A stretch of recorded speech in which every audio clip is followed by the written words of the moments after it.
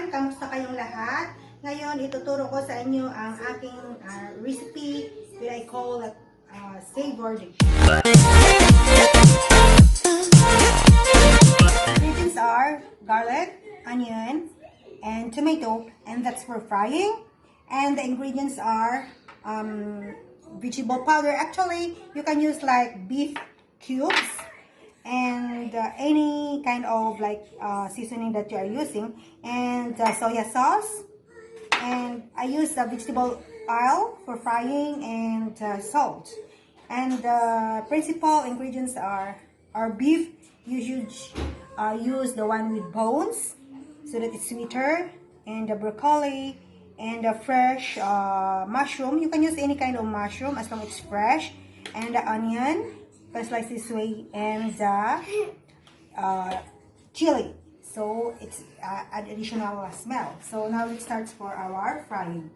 Now guys, let's put our vegetable oil for frying. Put our garlic. There we come. Please try my savory dish. Hope you're gonna. And then the second is onion. There we go. The tomato.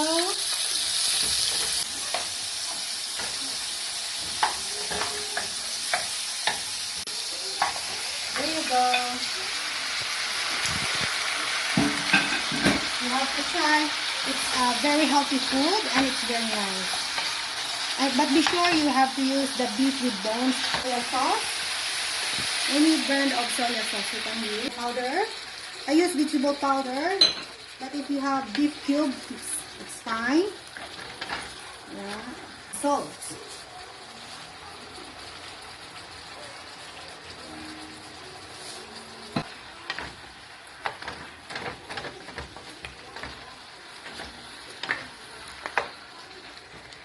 Now it's 5 minutes before we're gonna put our water to simmer our meat to cook.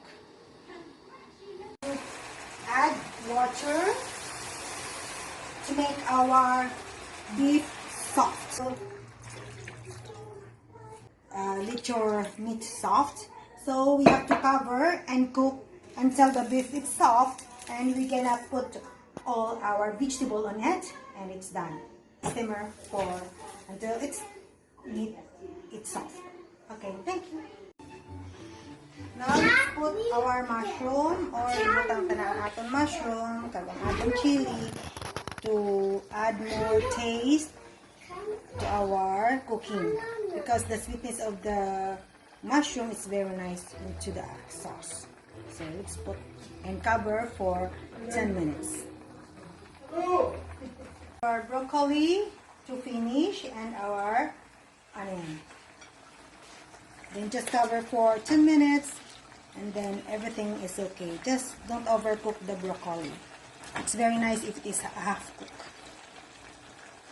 Okay, let's wait for 10 minutes. Now, here we go. It's done.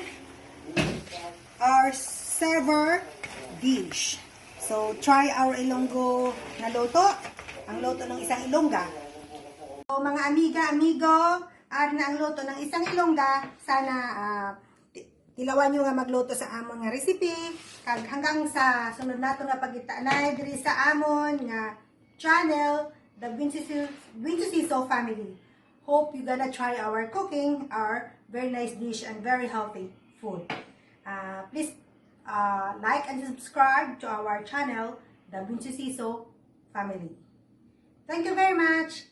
Hanggang sa sunod nato nga pagkitanay.